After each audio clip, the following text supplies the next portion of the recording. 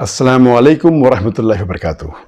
May peace, mercy and blessings of Almighty God be on all of you.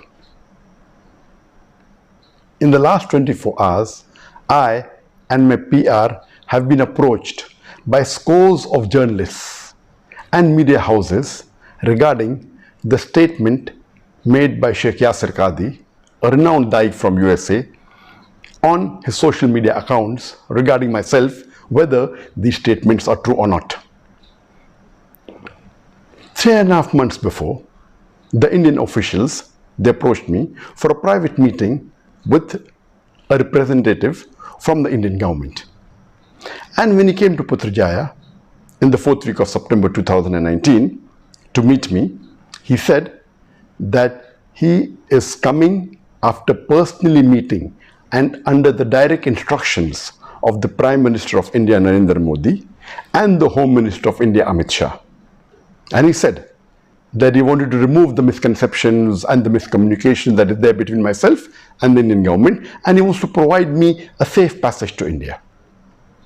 I thought that imagine the same BJP government which hounded me for the last 3.5 years, the same person, the Prime Minister of India, Narendra Modi, who used my name no less than 9 times in a span of less than 2 minutes in his election speech in May 2019, now they are bartering with me for a safe passage? It's too straight to be true. And he said that he would like to use my connections to better the relationship between India and the other Muslim countries. And I said that as long as you do not ask me to do anything against the teachings of the glorious Quran, against the teachings of the Sahih Hadith, and secondly, I do not want any personal benefit.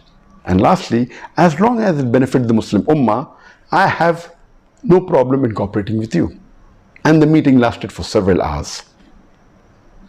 And then he told me that he wanted me to support the BJP government when they revoked Article 370 in Kashmir. And I flatly refused. I said, according to me, revoking Article 370 in Kashmir is unconstitutional and it is taking away the rights of the people of Kashmir.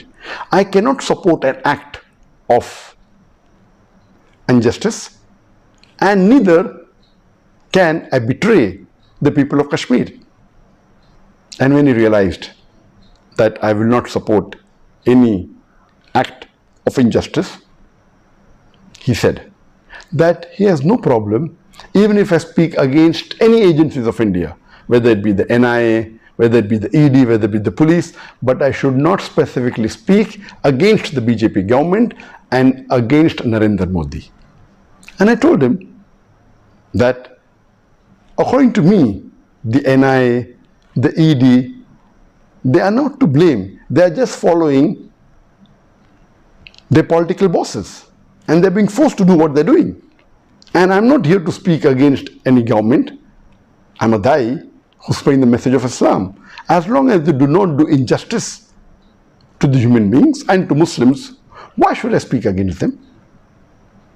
And lately, on the 17th of December 2019, I gave a press statement against CAA, the Citizen Amendment Act, and which was published in the media.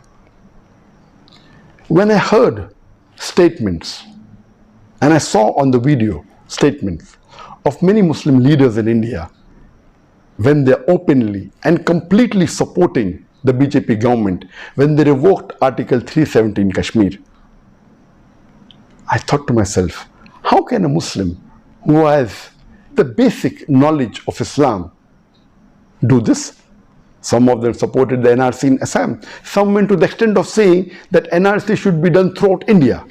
Now I realize that these Muslim leaders surely may have been blackmailed, may have been pressurized, may have been forced to support the unjust BJP government, otherwise face dire consequences.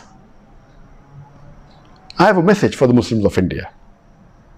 It is noble to speak against injustice.